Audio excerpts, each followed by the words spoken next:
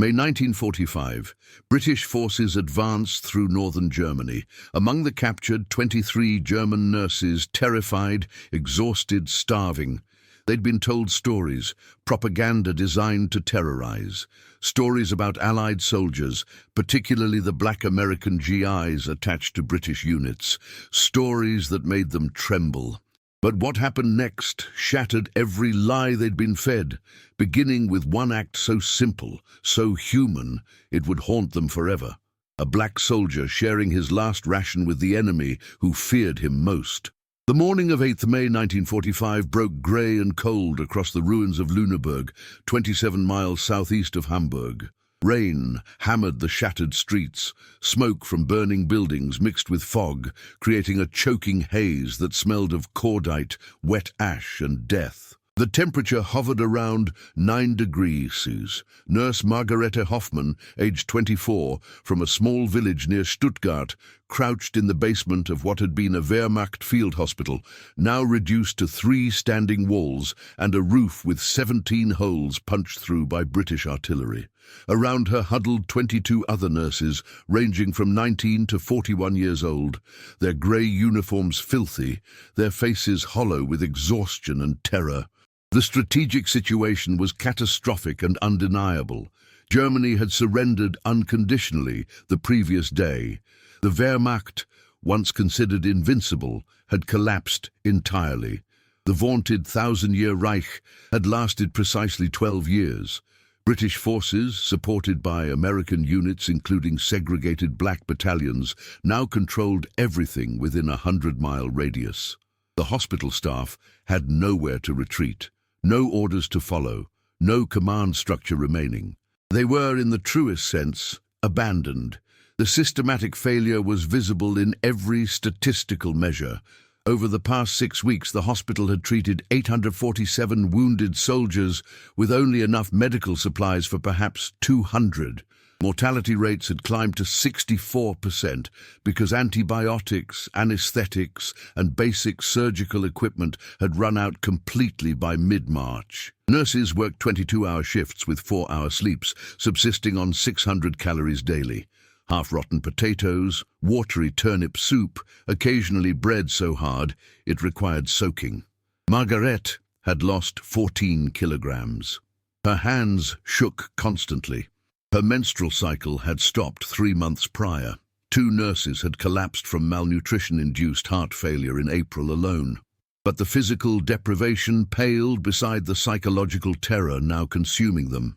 For years, Goebbels' propaganda machine had churned out endless horror stories about Allied soldiers, particularly focusing on black American troops.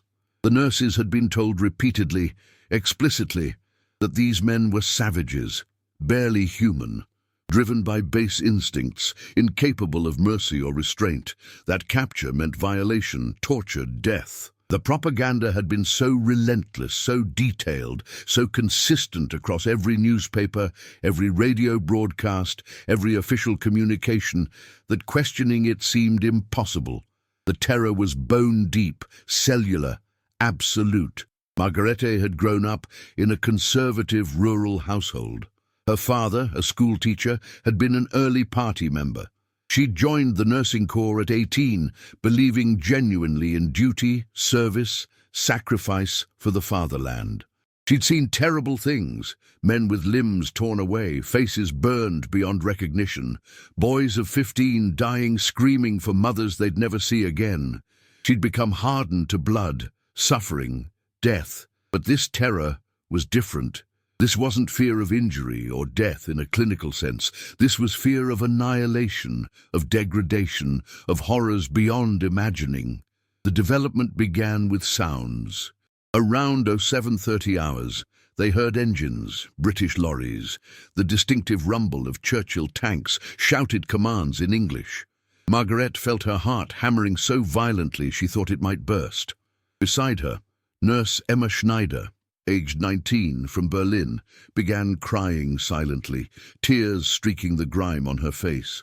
Senior nurse Helga Richter, 41, from Munich, a veteran of the Eastern Front evacuations, squeezed Margaret's hand so hard it hurt. "Stay together," she whispered.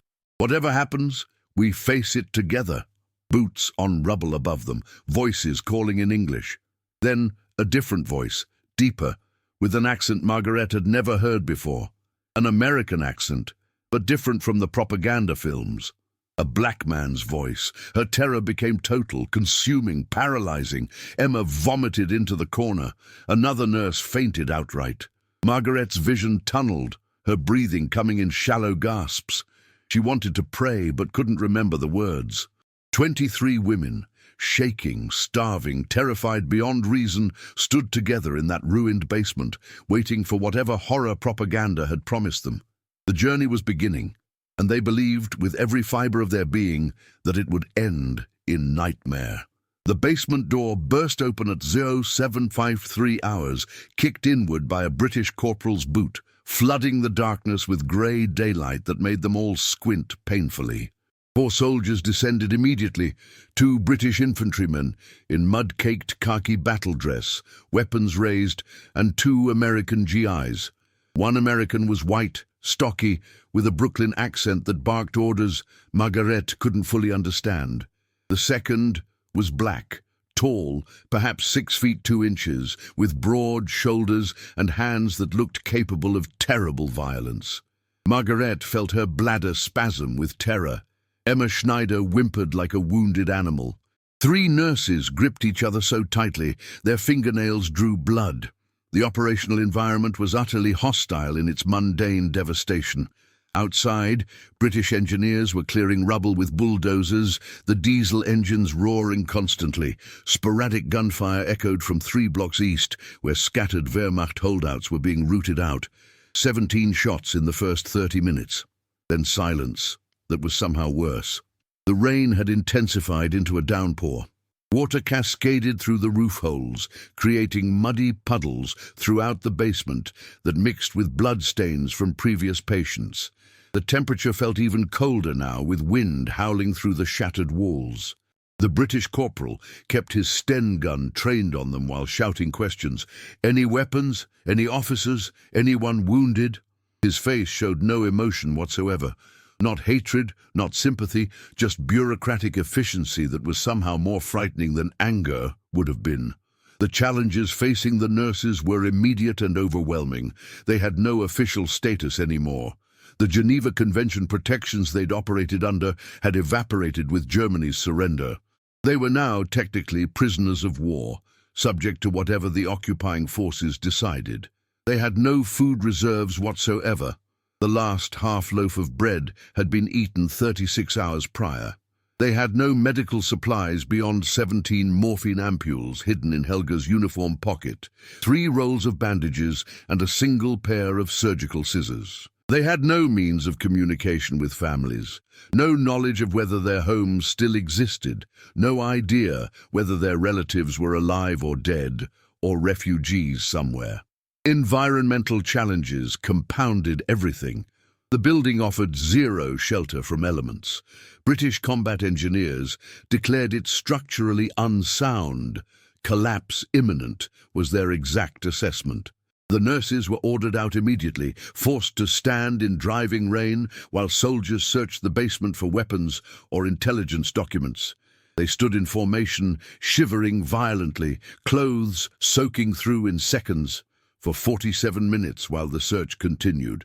Margaret's teeth chattered so hard she thought they'd crack. Emma, already severely malnourished, collapsed after 20 minutes.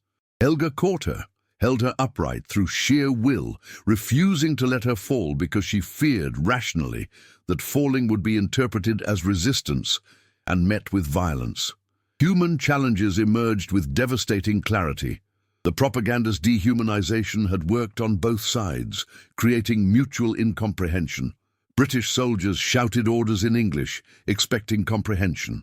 The nurses, mostly from rural backgrounds with minimal English education, understood perhaps 1 word in 5.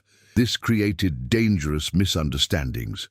When Nurse Greta Bauer, age 37, from Dresden, didn't move fast enough, responding to a command she hadn't understood. A British private grabbed her arm roughly, making her scream, which triggered panic among the others, which caused soldiers to raise weapons again, which made Emma lose consciousness completely this time. The black American GI, his uniform identified him as Private, though no name was visible, watched this chaos with an expression Margaret couldn't decipher. Not the savage pleasure propaganda had promised. Something else. Something that looked almost like discomfort, pity. She couldn't process it. Her entire worldview, constructed carefully over years of propaganda, insisted this man was incapable of such emotions. The cognitive dissonance created actual physical pain in her skull, a throbbing confusion that made thinking difficult. Organizational challenges stemmed from complete bureaucratic breakdown. The British unit, 2nd Battalion, Royal Norfolk Regiment, had received zero briefing on handling female POWs. Their standing orders covered enemy combatants, civilian populations, and infrastructure security, but nothing about military nurses. The commanding officer, Captain Anthony Pemberton from Kent, aged 32, appeared genuinely uncertain what protocol demanded. He consulted a field manual for 14 minutes while 23 women stood freezing in rain, then made a provisional decision: transport them to the civilian displaced persons camp 3 miles west, sort out classification later. This should have been relief. They weren't being shot, weren't being violated, weren't experiencing any of the propaganda's promised horrors. But terror doesn't dissipate rationally. It had been too carefully constructed, too deeply embedded, too reinforced by every authority they'd ever trusted. Margaret watched the black GI help load Emma's unconscious body onto a British lorry with surprising gentleness, and her mind simply rejected the evidence. This must be a trick. The real horror would come later.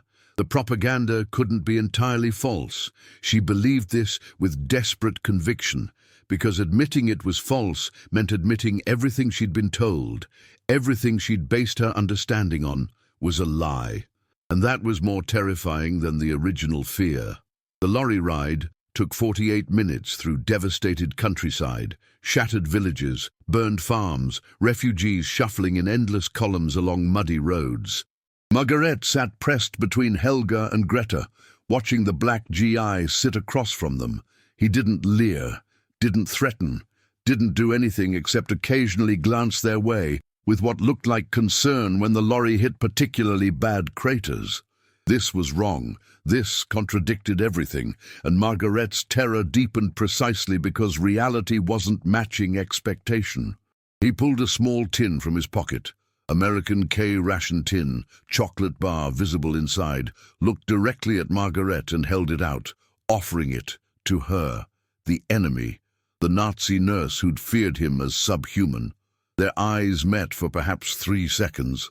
His expression held something she absolutely could not categorize or comprehend.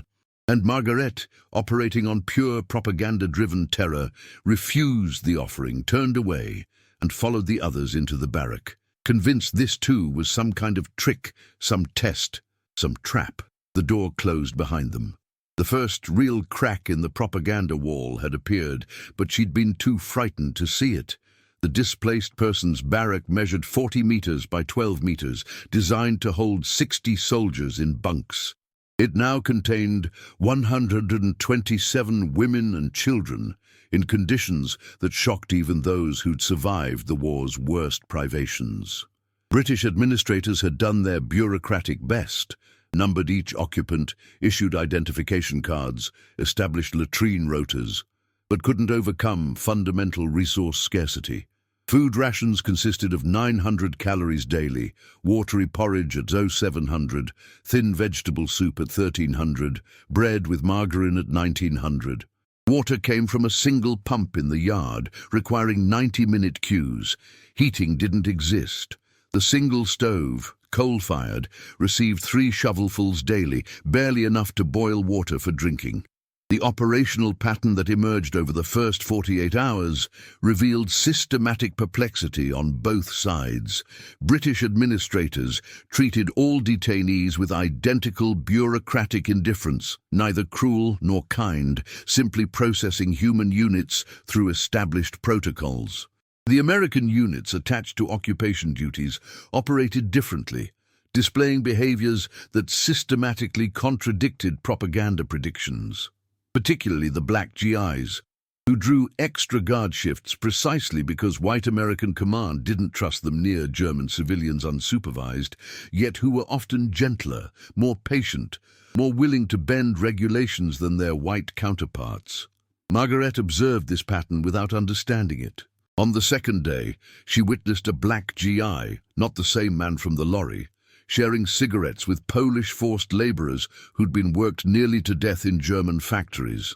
The soldier spoke no Polish, the labourers no English, yet they communicated through gestures and shared tobacco while laughing at some mutual joke. Later that afternoon, 2 white American MPs arrived and ordered the black soldier back to his unit for fraternization violations, while the same MPs completely ignored 3 white GIs openly drinking with French POWs 30 meters away. The black soldier went without argument, expression carefully neutral, but Margaret saw anger flash in his eyes, not at the prisoners, but at his own command structure. This made no sense within propaganda frameworks.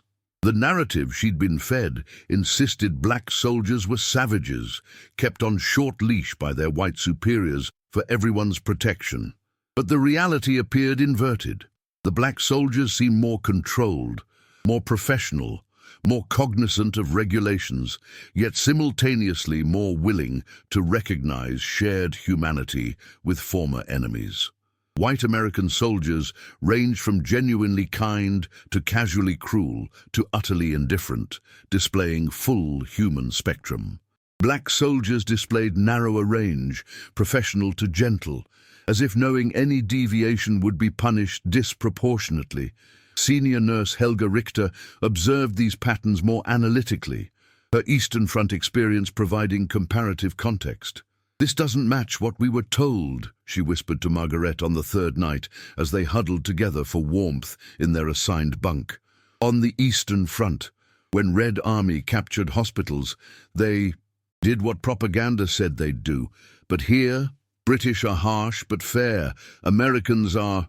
She struggled for words. Americans are confusing. The black ones especially. They should hate us most, yes? We're German, we're Nazi nurses. Their country's newspapers call us monsters. Yet they're gentler than their white comrades. Why? Margaret had no answer because answering required dismantling her entire understanding of racial hierarchy, propaganda validity, and who qualified as human. This cognitive dissonance created genuine psychological pain. Several nurses developed what British medical officer Lieutenant Davies diagnosed as acute anxiety neurosis, inability to eat, constant trembling, dissociative episodes. Margaret's hands shook so severely she couldn't hold a water cup steady. Emma Schneider stopped speaking entirely for 4 days, communicating only through nods and headshakes. The perplexity deepened on the 4th day when rations were cut due to supply chain disruptions. British command reduced daily allocation to 600 calories, announcing that emergency supplies were delayed minimum 48 hours. This created genuine starvation-level conditions for people already severely malnourished. Margaret hadn't eaten properly in 3 months. The cut from 900 to 600 calories meant her body began consuming its final reserves. She felt dizzy constantly, experienced auditory hallucinations, struggled to think clearly. Around her, women wept from hunger. Children cried endlessly. The Polish labourers, already skeletal, began looking like corpses that somehow remained animated. On the 5th morning at 8:43 hours, the black GI from the lorry, Margaret still didn't know his name, appeared at the barrack entrance during his guard rotation. He stood there holding something wrapped in brown paper, clearly deliberating, glancing back toward the command post, then making a decision. He walked directly to where Margaret sat on the barrack steps, too weak to stand, staring at nothing. He crouched down so they were eye level. Up close, she could see he was young, perhaps 22 or 23. His uniform bore a single stripe, private first class. A small brass badge indicated 369th Infantry Regiment, which meant nothing to Margaret. His face showed exhaustion, but also determination.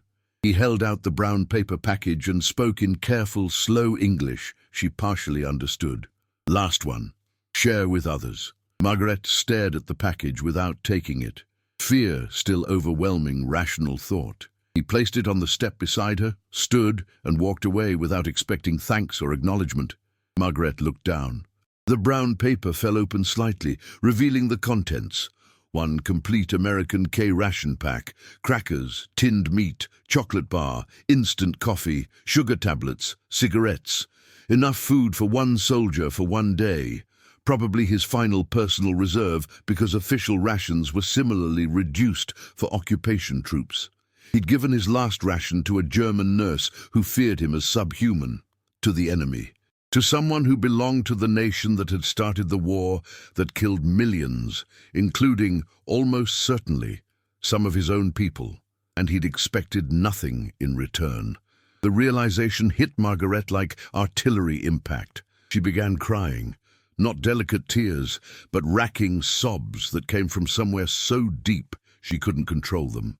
Helga rushed over, thinking medical emergency. Greta and Emma followed.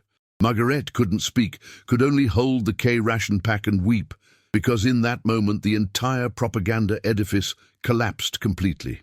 If this man could show her mercy she didn't deserve, couldn't earn, hadn't requested, despite every reason to hate her, then everything she'd been taught about racial hierarchies, about enemy savagery, about who qualified as human, was a fundamental lie. Other nurses gathered, staring at the ration pack with dawning comprehension. Helga opened it with shaking hands, divided the contents mathematically. Crackers split into 23 portions, meat tinned divided similarly, chocolate broken into tiny squares, sugar tablets distributed one each. Each nurse received perhaps 50 calories, nutritionally meaningless but symbolically devastating. They ate in silence, many crying, because they understood, finally, belatedly, at tremendous cost, that they'd been lied to about everything that mattered.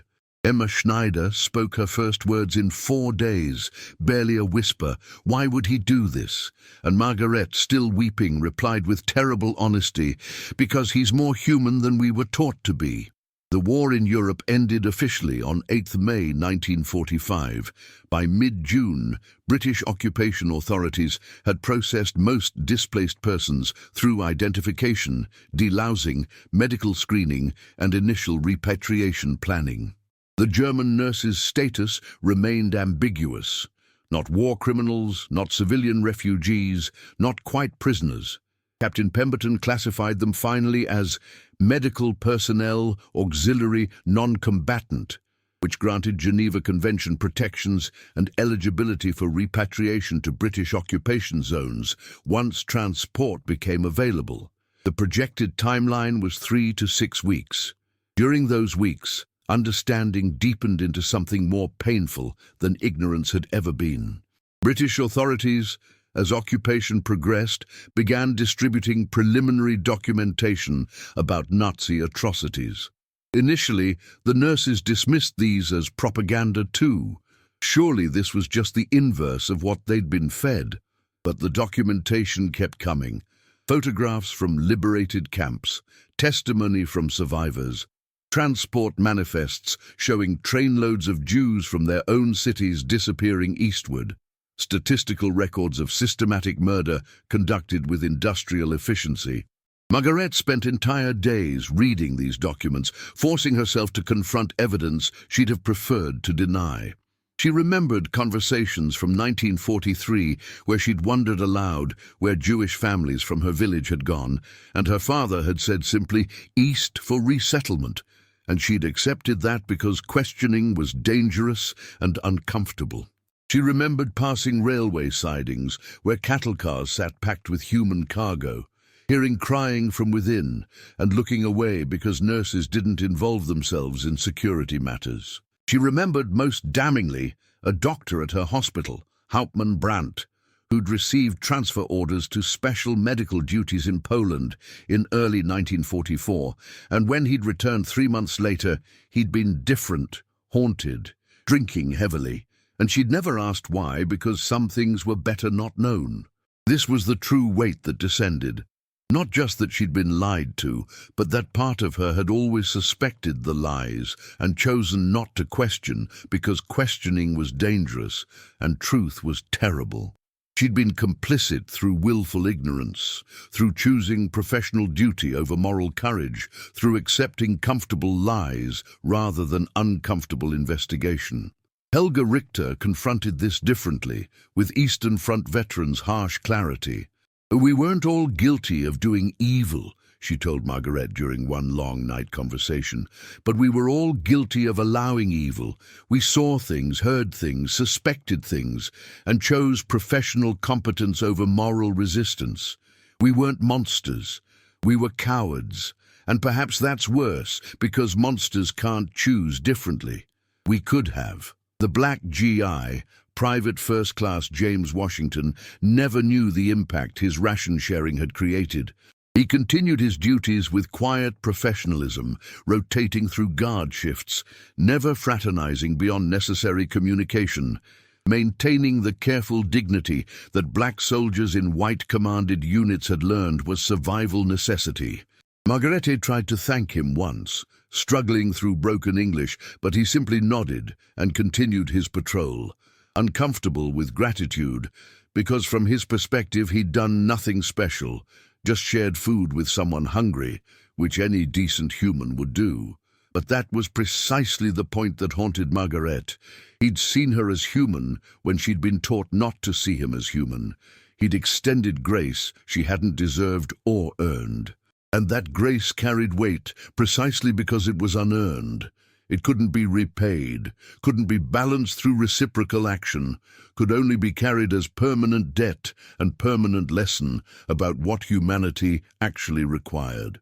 The nurses' destinies diverged over subsequent months and years. Repatriation began in late July 1945. Helga Richter returned to Munich, found her home destroyed, her husband killed in Berlin's final battle, her daughter alive in a refugee camp. She worked as nurse in American field hospitals, then civilian hospitals, eventually becoming matron of a children's ward, dedicating her remaining career to healing rather than merely treating. She died in 1983, aged 79, leaving letters to her grandchildren describing the day I learned what grace looked like from the man I'd been taught to fear most. As Emma Schneider returned to Berlin, found both parents dead in Soviet artillery barrage, suffered severe depression, eventually emigrated to Canada in 1951, where she worked in Ottawa hospital system until retirement. She maintained correspondence with Margaret for 43 years, every letter beginning, "I remember the day the black soldier shared his ration," as if that moment defined her post-war identity more than any other experience. Margaret Hoffmann returned to Stuttgart, found her village intact, but her father facing denazification proceedings due to early party membership. She testified honestly at his hearing about propaganda's effectiveness, about willing complicity, about choosing not to question. He received minor penalties, lost teaching position, 2 years probation. They never fully reconciled. Margaret worked as district nurse, never married, dedicated herself to serving with the same competence she'd shown during war, but now paired with moral courage to question authority. She volunteered extensively with refugee organizations through the 1950s and 60s, helping displaced persons regardless of nationality, faith, or ethnicity. In 1968, Margarete participated in BBC documentary about post-war reconciliation. The interviewer asked about her most significant wartime memory. She didn't mention the battles, the wounded, the surrender, the occupation. She spoke instead about a black American GI whose name she'd learned was James Washington, from Harlem, who'd shared his last ration with women who'd feared him as subhuman, asking nothing in return. "That's when I learned what grace looks like," she said, echoing Helga's words. "Not mercy we earned, grace we didn't deserve. Given by the man we'd been taught was least human, proving he was more human than we'd been educated to be." British researchers eventually tracked James Washington in 1972. He'd returned to New York after the war, worked as postal employee for 37 years, raised 4 children, volunteered at his church, lived quiet life of unspectacular decency. When told about the German nurse's testimony about how his simple act of sharing food had shattered propaganda's grip on 23 women, he was genuinely surprised. "I just gave them food," he said. "They were hungry. Anyone would have done that." The researcher noted, "But not everyone did. You did. That's what mattered." Washington died in 1979, aged 56, of heart attack. His obituary in the Amsterdam News mentioned his war service, but not this specific incident. Margaret, reading about his death in a letter from Emma, wept again as she had in 1945, because the man who'd taught her the meaning of unearned grace hadn't lived to know how profoundly he'd changed lives by simply being decent when decency wasn't required or expected or rewarded. The final accounting revealed systematic truths about how propaganda functions and how it fails. Dehumanization works efficiently until single act of humanity creates cognitive dissonance too great to ignore. The nurses had been prepared to believe black soldiers were savages because propaganda's entire architecture supported that belief. But propaganda can't control reality indefinitely. When reality contradicts consistently enough, belief structures collapse. The collapse is painful, disorienting, guilt-inducing, but it's necessary for moral growth. The legacy extended beyond individual lives into broader historical understanding. Post-war studies of propaganda effectiveness consistently found that personal contact undermined official narratives far more effectively than counter-propaganda ever could.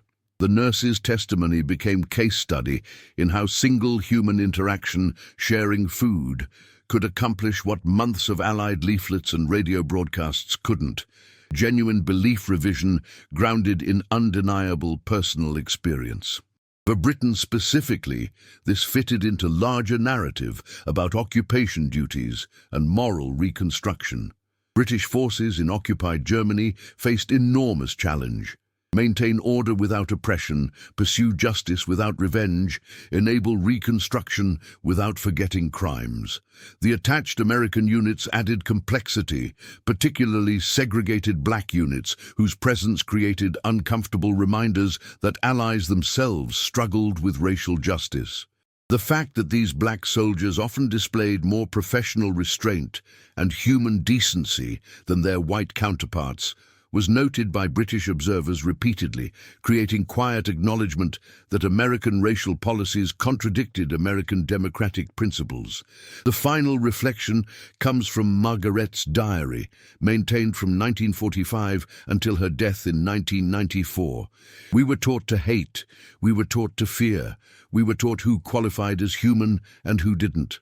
Then a man we'd been taught was subhuman shared his last food with us, expecting nothing, and the entire edifice of lies collapsed in that moment. The lesson isn't that propaganda is powerful. We knew that. The lesson is that grace is more powerful. One act of unearned mercy destroyed 12 years of systematic dehumanization. If I learned anything from the war, it's this. Humanity persists despite every institutional effort to suppress it. And when humanity wins, it wins through ordinary people doing decent things for no reason, except decency itself. Private Washington probably never knew he'd won a victory more important than any battle. He just shared food with hungry people. And that changed everything. If this story moved you, please subscribe to keep learning about the extraordinary, ordinary people who shaped history through simple human decency. Share your thoughts in the comments. Have you experienced moments where someone's unexpected kindness changed your entire perspective? Let's remember that grace, mercy, and shared humanity remain more powerful than any propaganda, any ideology, any system designed to divide us. History teaches us who we were. These stories remind us who we can choose to be.